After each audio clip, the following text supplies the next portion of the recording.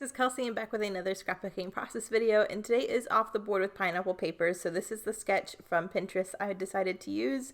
It's been on my scrappy Pinterest board for a while, and I don't know if I've used it before, but when I was scrolling through trying to find what I wanted to use for this layout, I just thought that one was perfect. It already had a lot of the elements I'm liking to use with this collection. It had hearts, it had frames.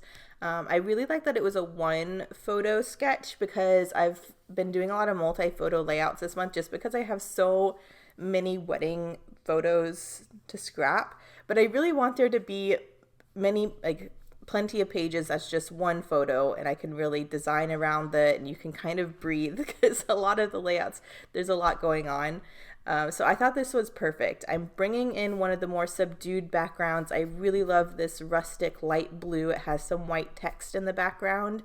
And I really wanted to pull in some of these gold cut files that Lisa sent me. I've used almost all of them that she had sent me to use for all the wedding photos, but I still had a couple gold ones that I was waiting for the perfect page, and I love these. I had one cluster of gold hearts left, and I had the Beautiful Life title to use. So I'm finally getting them up on this layout. I think it's the perfect one, and the big scripty title really is perfect for what they used in the original sketch. So I'm really trying to stay pretty close to what they did. I started out by just kind of figuring out, yes, I want a frame. I want those hearts in the upper corner as that cluster the same way that the sketch had it. And now I'm just going to focus on doing all of those really fun layers around my photo. I love doing super layery layouts, and that is one thing this month.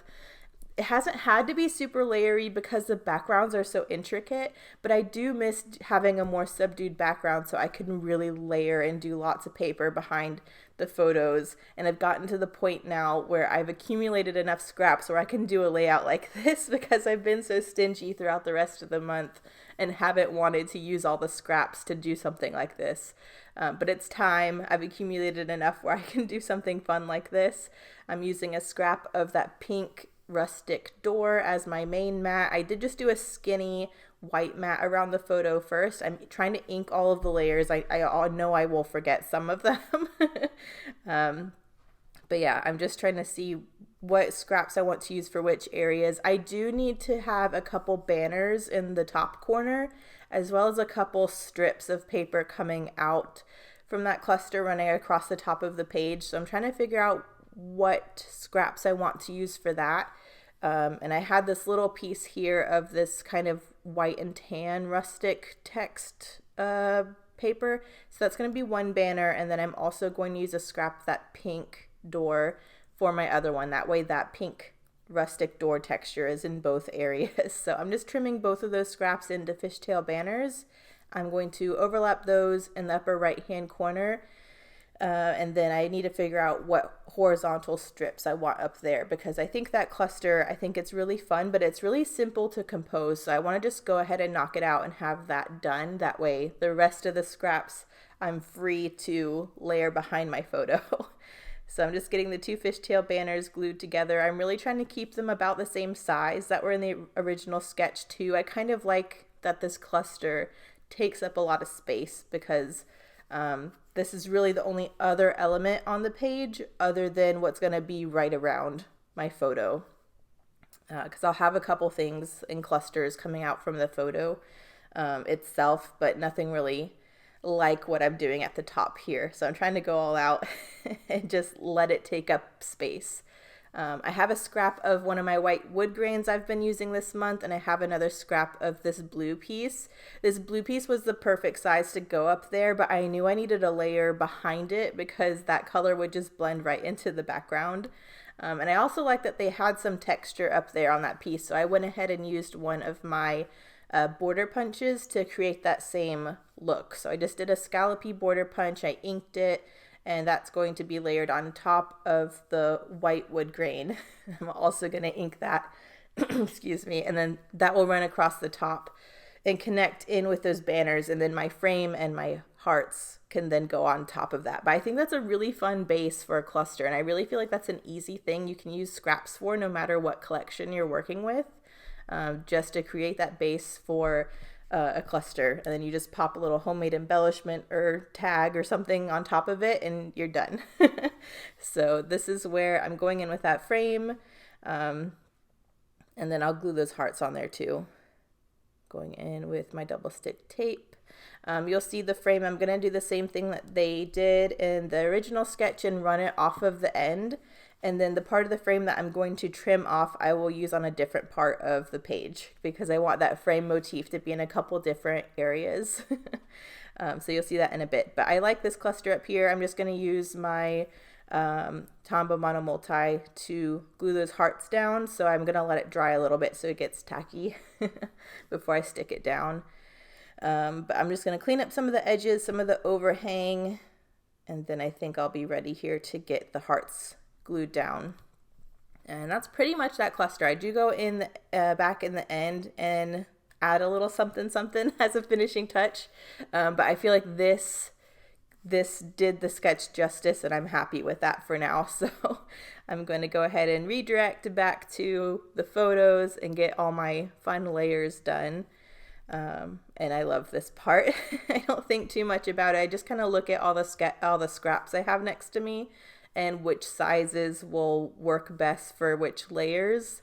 I try to alternate having different colors next to each other. So I have several different pink layers. So I'm going to try to make sure there's like a blue layer in between. I still have a scrap of that white wood grain that I used at the top. So I definitely want to incorporate that at the bottom somewhere. So that also ties in. But I do have to be a little strategic because some of these scraps aren't big enough to mat these photos, because obviously the more you layer, the larger it is, and the larger layers you need to go behind all of that. So you'll see with this little blue piece, I really wanted there to be a blue layer behind this pink layer, and it just wasn't big enough. So not only did I gut the center of it, so I have that chunk of blue to use on another layout, but I'm also going to cut it into two pieces and stretch it.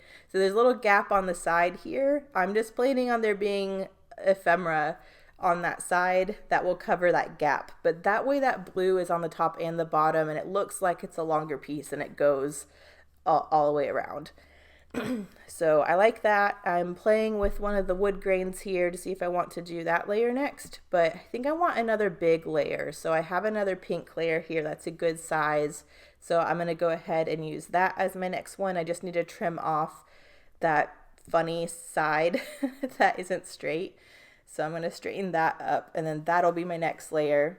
And then I think I'll go in with the white wood grain.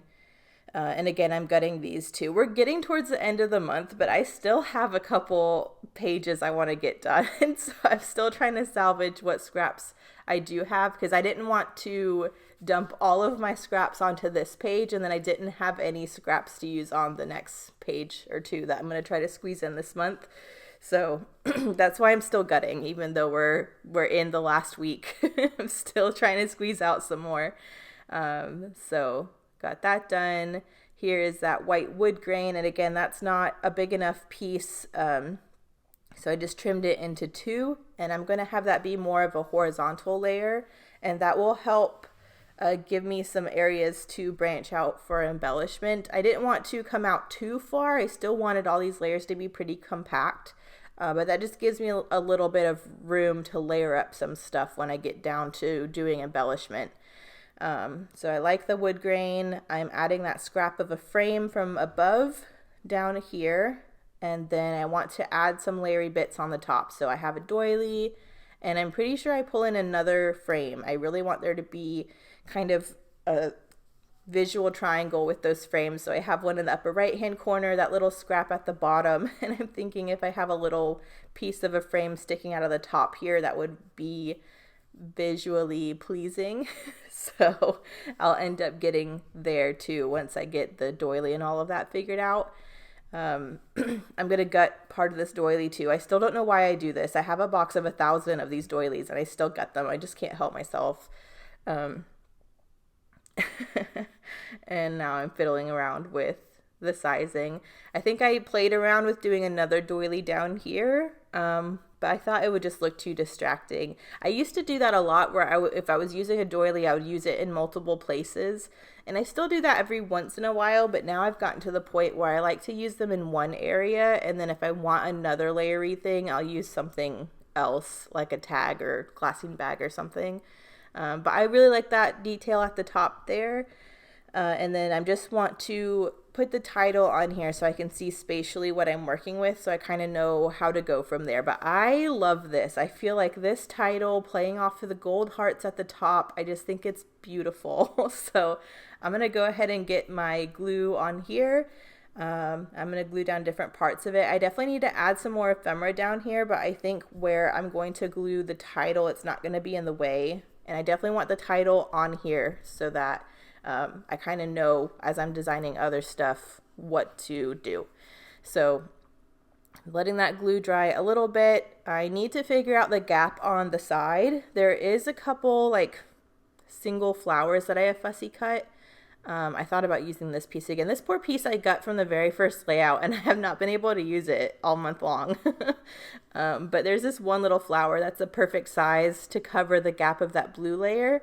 But I didn't want to just have a flower because it looked suspicious, like it was covering something up, because there's just one random flower down there. So I am going to cut a little fishtail banner out of the scrap of pink to also come out from the side. That way it looks a little bit more intentional. So I'm going to get that fussy cut and inked and glued down, and then the flower will go down, and then my little gap will be covered from that blue layer, and that'll be done. And then that was really the only thing I had to work around. So now that that's done, I just need to compose my other layers. And I know I want a cluster at the top by the doily, and I really want a little something over by the right hand frame, kind of coming into the right side of the layout a little bit. So before I glued everything down, I am adding some gold Heidi Swapp Color Shine just to accentuate the gold a little bit.